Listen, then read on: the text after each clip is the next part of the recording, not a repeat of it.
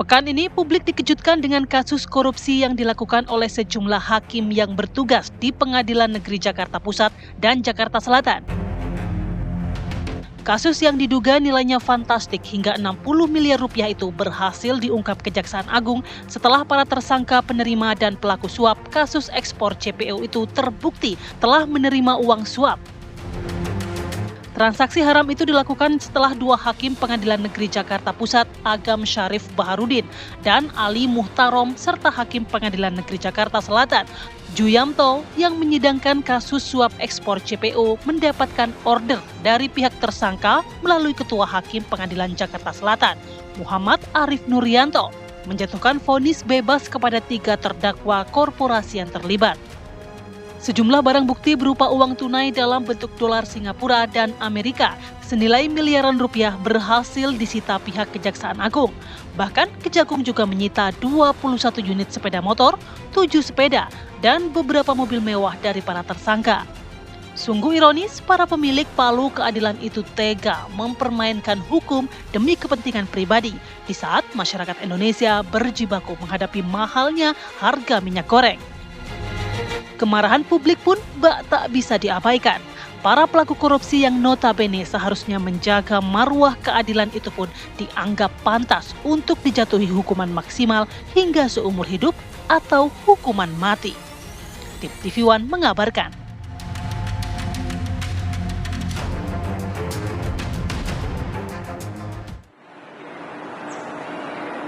Pemirsa, kembali di Apa Kabar Indonesia Pagi on location bersama saya Zinedine Duhan, dan kira-kira seperti inilah rasanya kalau hidup masih muda, sukses, punya Ferrari, ya setiap pagi selfie, upload Instagram, menikmati pemandangan mobil mewah yang dibeli seharga 17 miliar sekian. Harganya pasti lebih dari 17 miliar. Namun sayangnya ini cuman halu, karena saat ini saya hanya bisa berhayal di pagi hari ini, karena mobil-mobil yang berada di belakang saya ini bukan mobil saya sendiri, bukan juga mobil pameran, karena mobil-mobil yang berada di belakang saya ini mobil-mobil mahal, termasuk juga motor-motor mahal yang berada di belakang saya.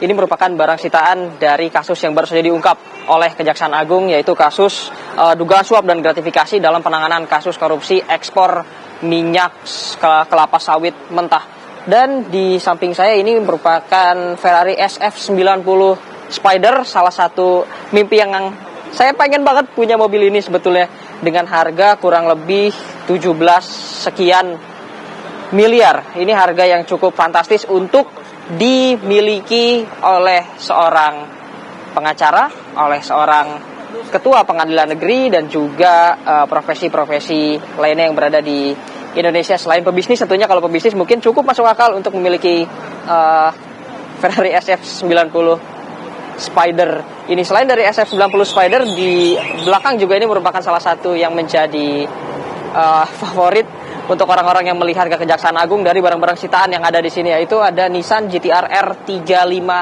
Nismo. Nah, kalau Anda tahu, mobil ini merupakan GT-R R35 dengan varian tertinggi, yaitu varian Nismo, yang memang diciptakan tidak sebanyak GT-R R35 biasanya, dan juga harganya juga cukup mahal. Ini mencapai miliaran rupiah, sehingga juga ini merupakan salah satu barang sitaan yang disita dari beberapa tersangka yang juga sudah ditetapkan sebagai tersangka. Total ada 7 orang tersangka yang sudah ditetapkan pada saat ini. Selain dari Nissan GT-R, saya juga akan memperlihatkan kepada Anda di belakang juga ada SUV yang cukup mewah seperti itu. Ada Land Rover Defender. Ini juga ada 2 versi. Ini adalah versi dengan tahun yang lebih baru. Lalu di ujung di belakang sebetulnya ada juga dengan versi yang lebih lama. Selain itu juga ada Mercedes-Benz. Ini G-Class G63 yang harganya juga cukup fantastis. Ini ada di angka 7 miliar lebih. Memang barang bukti yang disita ini sejauh kami melakukan peliputan di sini adalah barang bukti paling mewah dibanding yang lain.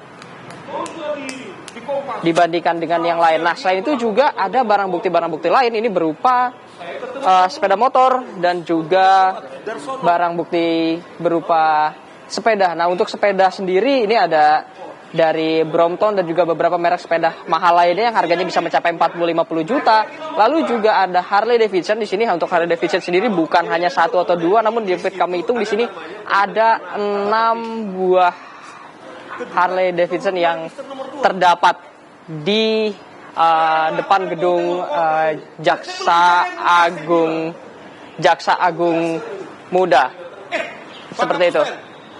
Nah, yang uniknya adalah yang ingin saya perhatikan kepada Anda justru dari sekian banyak motor dan mobil mewah, dari sekian banyak motor dan mobil mewah, di motor mewah yang berada di sebelah saya justru kebanyakan ini tidak bayar pajak dan pajaknya sudah mati sejak tahun 2022, 2023. Jadi bisa beli mobil atau motor mewah namun tidak dapat membayar pajak seperti itu. Nah, saat ini juga saya sudah bersama Pak Saur Siagian, Bang Saur, ini selaku advokat pegiat anti korupsi seperti itu.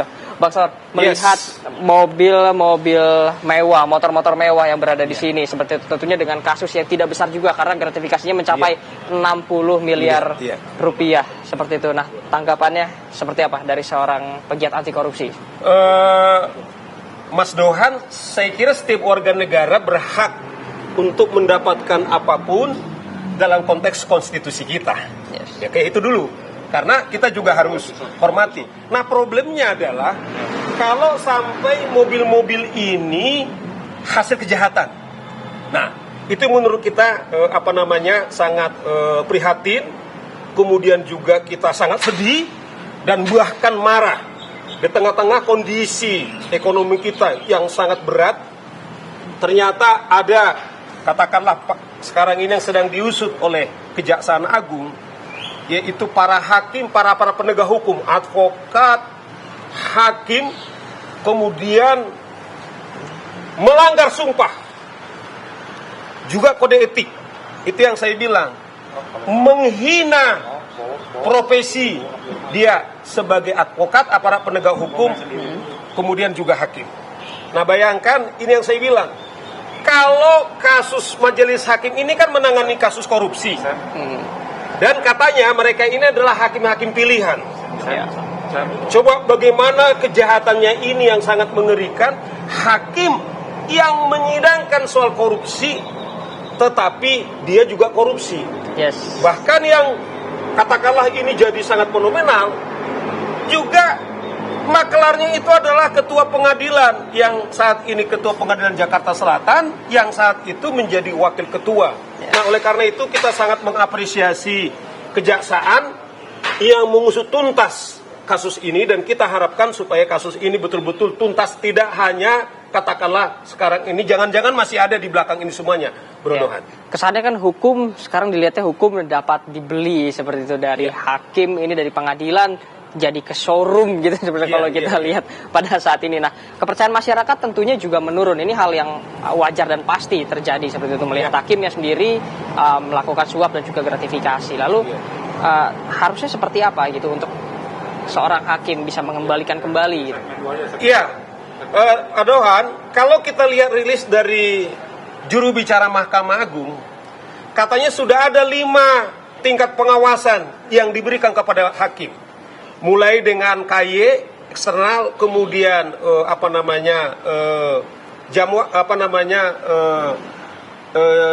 ada di internal di Mahkamah Agung, ada juga diminta ketua pengadilan tinggi juga aktif, dan juga ketua PN, dan juga partisipasi publik. Mungkin partisipasi itu adalah seperti media saat ini. Nah, oleh karena itu menurut saya berarti kalau kita bicara bagaimana mencegah, yaitu menjaga nurani dan integritas daripada si hakim sendiri. Tetapi yang perlu menurut saya sekarang ini, Mas Dohan, kita minta kepada keluarga, apakah kalau dia seorang laki-laki hakim, kepada istrinya, kepada anak-anaknya, juga ikut mengawasi. Misalnya beginilah, katakanlah kita sudah bisa tahu berapa gaji hakim misalnya. Nah, kalau sampai ada pendapatan suaminya atau pemilikan barang-barang, katakanlah yang sepertinya tidak sesuai dengan standar gajinya. Menurut saya salah satu yang juga harus diingatkan oleh katakanlah keluarganya, apakah istri atau suaminya, anak-anaknya. Ini menurut saya ini powerful sehingga dikatakan papa, mama. Malu kita. Coba bayangkan kasus Ronald Tanur itu. Kasus bayangkan. Kemudian dia mengakhiri karirnya sebagai hakim.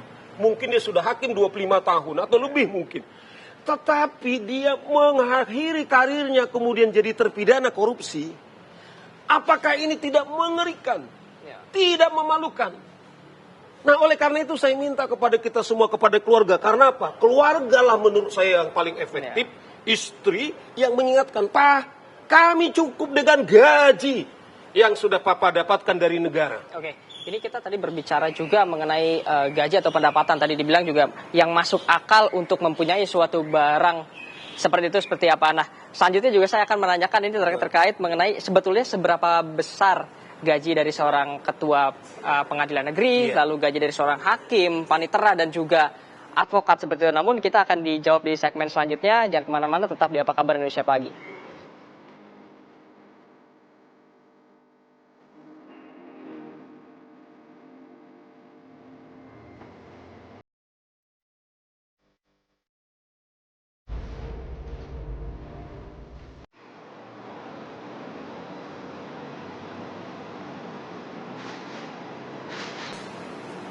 Ya pemirsa, Anda kembali di Apa Kabar Indonesia Pagi bersama saya Zinedine Duhan, dan kali ini bukan hanya Bang Saur saja, namun saya juga ditemani bersama Kapus Penkum dari Kejaksaan Agung, ada Pak Harli Siregar yang sebetulnya ada kegiatan namun menyempatkan diri untuk berbincang bersama kami. Selamat pagi Pak Harli. Pagi Mas, pagi. Pak Harli, dengan adanya kasus ini, dengan adanya diungkapkan oleh Kejagung kasus dari Pengadilan Negeri Jakarta Pusat untuk ekspor minyak sebetulnya. Nah, kepercayaan masyarakat ini semakin menurun dan juga skeptis terhadap penegakan hukum yang berada di Indonesia. Tentunya tanggapan dari Bapak sendiri seperti apa? Baik, jadi yang pertama saya mau sampaikan dan tegaskan bahwa dalam setiap perkara itu sesungguhnya tidak terkait secara institusional, ya. Kita tahu bahwa lembaga Kejaksaan Agung ini adalah lembaga yang mulia. Mahkamah Agung itu adalah lembaga yang mulia. Tetapi perkara-perkara ini saya melihat lebih kepada personal. Ya, ada personal yang harus dibina, yang harus ditingkatkan integritasnya. Nah, yang kedua bahwa kita harus lihat sebenarnya sejarah dari penanganan perkara ini. Ya, singkatnya, ketika perkara minyak goreng kita tangani, ya. Nah, dulu kan ada ibu-ibu yang sampai demo dan seterusnya, ada kelangkaan di situ. Nah, ini orang pelaku-pelakunya ini dulu kita sidik dan diajukan ke persidangan. Putusannya terhadap hak negara, uang pengganti tidak bisa dibebankan kepada para pelaku, tapi harus kepada korporasi. Nah, lalu sekarang kejaksaan menyidik korporasi untuk meminta pertanggungjawaban itu. Ternyata bahwa putusan ini onslah. Lalu ini kan adalah sesuatu yang miss. Ya, nah, yang ketiga bahwa harus saya sampaikan, justru disinilah sebenarnya kita melakukan pengawasan untuk meningkatkan, menjaga citra aparat penegak hukum itu. Jadi kita nggak boleh skeptis, masyarakat nggak boleh menjadi misalnya ragu, ya, bahwa tidak boleh, ya kan. Nah, kalau ada perkara kita tangani, kita selesaikan, lalu kita mitigasi, ya kan, dicari solusinya bagaimana kelembagaan itu bisa terus berjalan sesuai dengan tugas fungsinya. Jadi saya mau sampaikan bahwa masyarakat harus memberikan kepercayaan penuh kepada para penegak hukum dalam menjaga kedaulatan hukum. Oke, lalu tanggapannya seperti apa nih Pak untuk misalnya hakim dan lain-lain yang kita tahu mungkin pendapatannya tidak sebesar itu, tapi di belakang kita sekarang sudah terdapat Ferrari, Nissan GT-R, Land Rover dan segala macam. Nah, ini kedepannya akan seperti apa? Apakah masih akan didalami lagi kasusnya? Karena sejauh ini kan masih hanya ada 7 ya, tersangka masih 7. Kedepannya itu seperti apa Pak perkembangan dari kasusnya sendiri? Nah, yang pertama bahwa penyidik dalam menetapkan seseorang atau pihak mana saja pun yang menjadi tersangka atau dapat diminta pertanggungjawaban pidana tentu harus didasarkan pada adanya bukti-bukti atau fakta hukum, adanya bukti permulaan yang cukup terhadap itu. Yang kedua, terhadap penanganan perkara ini bahwa penyidik sekarang kan sedang fokus dalam menggali peran yang 7 ini. Nah, yang ketiga bahwa apakah misalnya akan ada pihak-pihak lain yang dapat dimintai pertanggungjawaban pidananya, nah itu akan terus didalami. Ya, akan terus didalami karena tentu satu peristiwa pidana korupsi itu kan seperti mata rantai, jadi dia berantai ya, satu dengan yang lain saling terkait. Nah itu yang terus akan didalami oleh penyidik, dan masyarakat juga harus memberikan waktu kepada kami karena ini kan baru beberapa hari ya, dan sekarang penyidik terus fokus bagaimana menyelesaikan perkara ini. Baik, terima kasih Pak Harli. Nah tadi Pak Harli bilang juga memang akan terus didalami karena kemungkinan ini masih ada yang lain, ini seperti mata rantai. Lalu terkait dengan masih ada yang lain atau dicurigai masih ada yang lain. Nah saya akan menanyakan kepada Bang Saur. Bang Saur, seperti apa pendapatnya? Ini kan masih diduga kemungkinan bisa jadi ada tersangka-tersangka lain di luar 7 tersangka yang ada saat ini. Iya, tadi kita apresiasi kejaksaan karena memang mengatakan akan mendalami. Kalau kita lihat jumlah uang, misalnya, kan ada 60M yang sekarang ini dirilis oleh teman-teman kejaksaan. 3 hakim kurang lebih 20 miliar. Oke, katakanlah ada 2 lagi. Kemudian Ketua Pengadilan Jakarta Selatan ini yang dulu Wakil Ketua PN Pusat. Kemudian juga Panitra. Artinya adalah kalau hanya untuk hakim yang menyidangkan 20M, sisanya masih ada 40M. Nah, namun Kapuspen sudah mengatakan akan benar. Saya katakanlah praktek sering terjadi, misalnya kita mengacu kepada kasus Ronald Tanur misalnya. Kasus Ronald Tanur itu kan salah satu juga menginspirasi yang kita lihat dari kejaksaan. Ternyata ketika hakim menangkap 3 hakim ini, ternyata ada markus yang besarnya, yang itu Jarod Rikar. Artinya, bukankah juga kemungkinan ada, apakah itu markus atau katakanlah punya jabatan yang besar, yang barangkali karena ini 3 konglomerat loh. Kita tidak tahu uang yang sekarang muncul di permukaan 3 konglomerat. Yang rajanya sawit ini, rasanya 150 miliar ini untuk kebutuhan yang 11 triliun, kerugian salah satu perusahaan ada 4 triliun, ada 900 miliar. Kan hitung-hitungan pengusaha itu kan adalah angka-angka. Kalau kita total itu ada 25 triliun yang sedang diperjuangkan kejaksaan. Ini artinya Bang Saur juga mencurigai kalau sebetulnya ada mafia-mafia besar di balik kasus-kasus ini. Artinya dari presiden ini kan kita apple to apple nih kasus Ronald Tanur. Nah, kan ada yang kita bilang yang ditemukan oleh kejaksaan di markusnya itu uang 1 triliun yang sekarang sedang diselidiki atau didalami oleh teman-teman kejaksaan uangnya dari mana. Nah, oleh karena itu saya kira karena memang ada komitmen kejaksaan untuk membersihkan peradilan kita. Nah, maksud saya ini harus betul-betul didalami. Tentu kan yang jago itu adalah bapak-bapak jaksa ini, kita sudah tahu. Kita kan hanya katakanlah mendoakan, men-trigger dan sekaligus mengapresiasi kinerja sehingga ada harapan kepada kita semuanya. Itu yang saya kira harus kita betul-betul dorong, Mas Dohan. Oke, tadi di obrolan sebelumnya juga kita sempat menyinggung saran dari Bang Saur, yaitu untuk keluarga tetap mengingatkan semasuk akalnya dengan penghasilan sekian untuk memiliki barang senilai sekian. Nah ini kalau boleh tahu sebetulnya Bang Saur dapat diinfokan juga kepada masyarakat sebetulnya untuk seorang ketua pengadilan negeri, lalu untuk seorang hakim, untuk seorang pengacara, panitera seperti itu pendapatannya berapa per bulan sebetulnya untuk akhirnya menjadi barang-barang seperti yang ada di belakang kita ini, apakah masuk akal atau tidak? Oke. Kalau pejabat publik kan seperti Pak Harli ini kita tahu, tergantung kita cari aja di Google itu pasti keluar. Katakanlah misalnya, katakanlah hakim itu mendapatkan 40 atau 50 juta misalnya.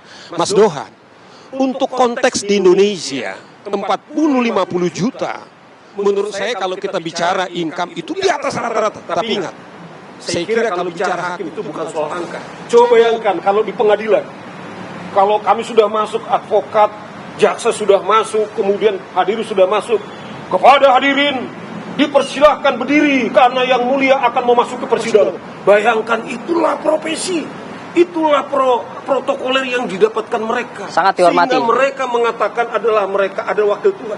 Maksud saya Dohan, mereka itu diberi predikat yang mulia, kemudian mereka diperlakukan sedemikian sangat terhormat. Itulah menurut saya beli yang tak terhormat. Tetapi ketika kemudian ini diperhitungkan, menurut saya ada yang rusak. Nah oleh karena itu menurut saya, melalui kesempatan ini, kepada kita semua para penegak hukum, advokat, polisi, jaksa, hakim, ingat, ketika kita disumpah, kita terkait kepada sumpah dan kode etik kita. Masyarakat Indonesia ini sebagai negara hukum, Pak Presiden kemudian kemana-mana bicara, dia akan memimpin pemberantasan korupsi. Artinya adalah kalau kita menghormati profesi kita pada saat yang sama, sesungguhnya kita sedang menyelamatkan negara, tapi juga sekaligus juga seperti dibilang Pak Kapuspen tadi, membangun daulat rakyat, karena rakyat sudah bermotorpulsati dalam konteks negara hukum untuk membangun daulat hukum itu. Tapi kalau tidak, saya bayangkan kejahatan kita ini yang kita pertontonkan sekarang, menurut saya kejahatan ini sangat luar biasa. Coba bayangkan seperti saya bilang tadi, seorang hakim dimandatkan dengan pahala tagungnya, kemudian memberantas korupsi, tetapi dia korupsi. Ini menurut saya definisi kejahatan ini super luar biasa. Nah, makanya saya terus terang dorong kepada teman-teman kejaksaan hukum, demi cinta kita, ya, supaya tuntutan kepada kawan-kawan ini, saudara-saudara ini betul maksimal. Ya bahkan ya saya tidak tahu, karena seperti Pak Presiden bilang, bila perlu ada hukuman mati, kemudian juga segera penjaranya itu yang khusus itu dibangun, dibuat segera, dan sekaligus juga segera miskinkan.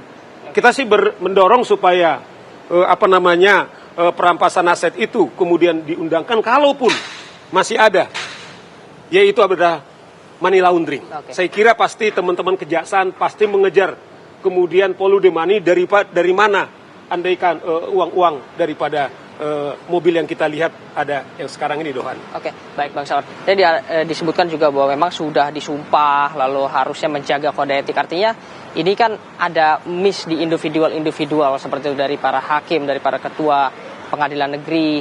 Nah, lalu pengawasannya seperti apa nih? Saya akan kembali bertanya kepada Pak Harli ke depannya. Ini kan artinya harus ada pengawasan yang diperketat kepada para individu-individu di profesi tersebut. Lalu pengawasannya harusnya seperti apa, Pak, yang dilakukan agar tidak terjadi kembali hal-hal seperti ini? Karena masih ada celah yang cukup besar ternyata sehingga terjadi kasus gratifikasi senilai 60 miliar. Nah, saya kira begini. Sebaik apapun pengawasan yang dibuat, ya, saya kira tetap aja ada lubang-lubang untuk kebocorannya, ya. Jadi yang paling penting sebenarnya adalah bahwa profesi ini adalah pilihan, panggilan jiwa setiap orang yang memilih profesi itu, ya. Ketika misalnya saya memilih profesi sebagai jaksa, maka konsekuensi dari semua itu tentu harus saya pikul.